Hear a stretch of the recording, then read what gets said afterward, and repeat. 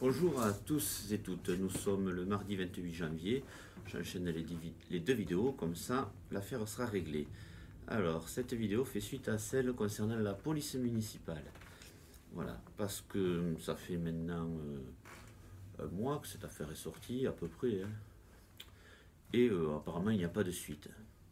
Je vous rappelle que dès qu'un agent fait une bêtise, il est immédiatement sanctionné, hein, et assez lourdement d'ailleurs. Bon, ben, quand c'est un directeur, il n'y a pas de sanction.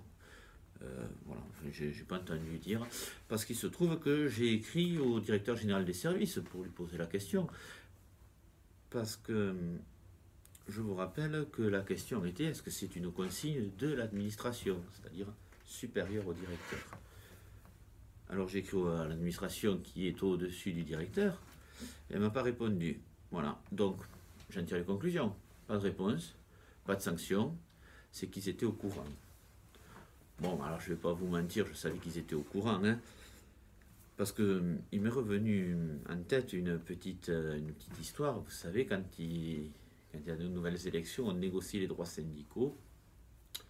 Et alors, je ne sais pas si c'est la dernière fois, oui, on nous donne aux syndicats pour qu'on tourne dans les services des cartes de vélo. Voilà, ils sont royales, l'administration royale avec nous, ils nous donnent des cartes de Vélib. J'ai pas vu les élus avec des Vélib, hein, mais bon, pour les élus syndicaux, c'est des Vélib. Je ne sais même pas si je suis allé les chercher du coup, tiens, d'ailleurs, il faudrait le voir. Où j'y étais allé, on me les a volés, je crois, un truc comme ça. Et bon, en tout cas, nous, on donne des cartes de vélo.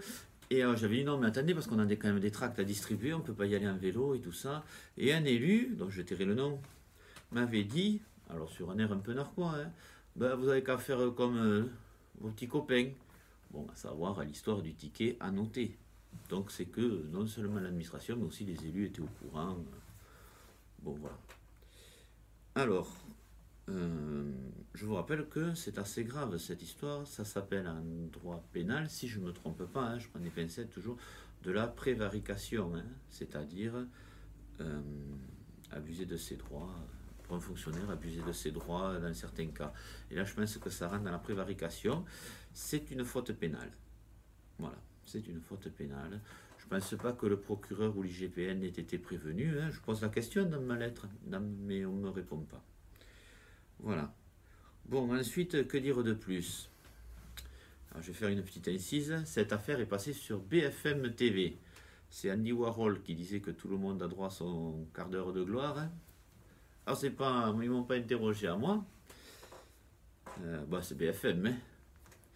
Et ils sont interrogés un représentant de SGP Police, si je ne me trompe pas, monsieur Cabanier. Alors, qui a dit que en fait, c'était une minorité d'agents qui faisaient ça. Alors déjà, moi, je ne sais pas si les agents font ça, hein. Moi, j'ai accusé, nommément accusé, excusez-moi, j'ai dénoncé nommément une personne, monsieur le directeur de la police municipale, et rappelez-vous, j'ai dit aussi que, mais je ne donnais pas le numéro d'agent, j'ai dit aussi qu'il y avait un cadre de force ouvrière, j'ai dit force ouvrière, un cadre syndical haut placé dans la police. Bon, alors M. Cabanier, c'est le seul qui n'a pas compris que c'est de lui que je parlais. Voilà, donc quand il parle d'une minorité, il en fait partie. Mais moi, je n'ai jamais dénoncé les agents de la police.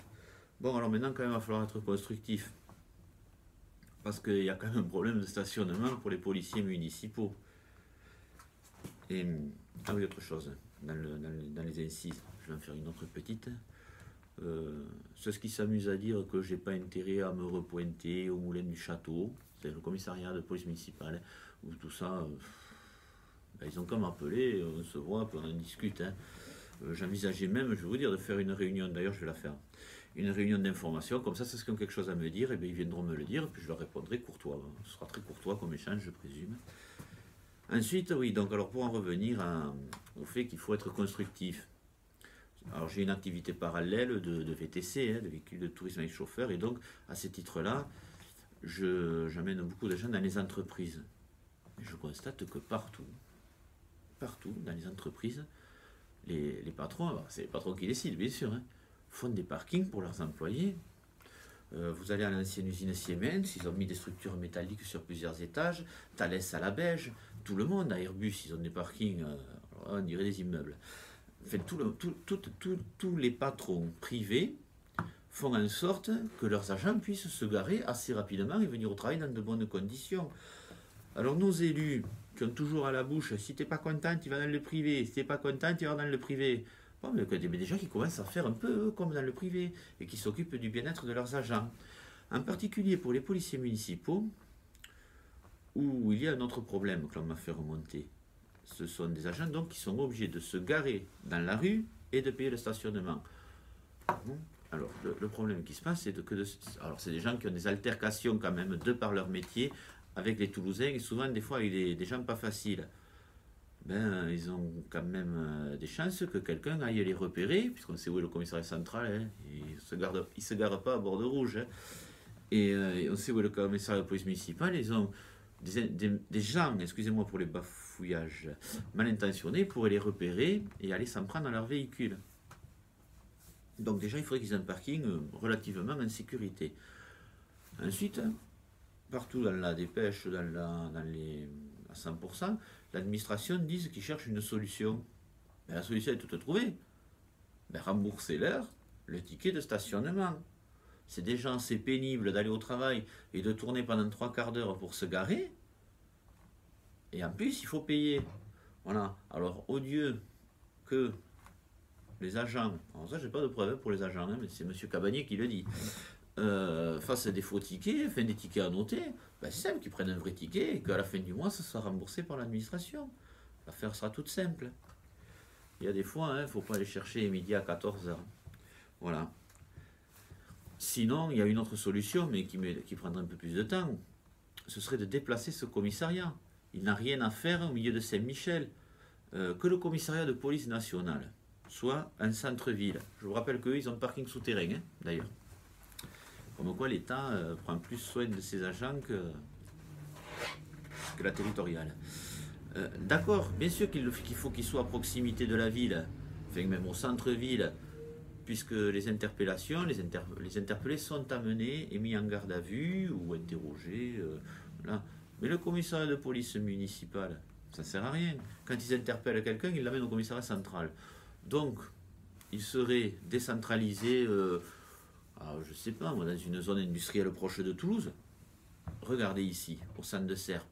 Il y a la place largement pour mettre toute l'équipe de police municipale et même pour doubler les effectifs si le maire actuel est réélu. J'allais dire quelque chose.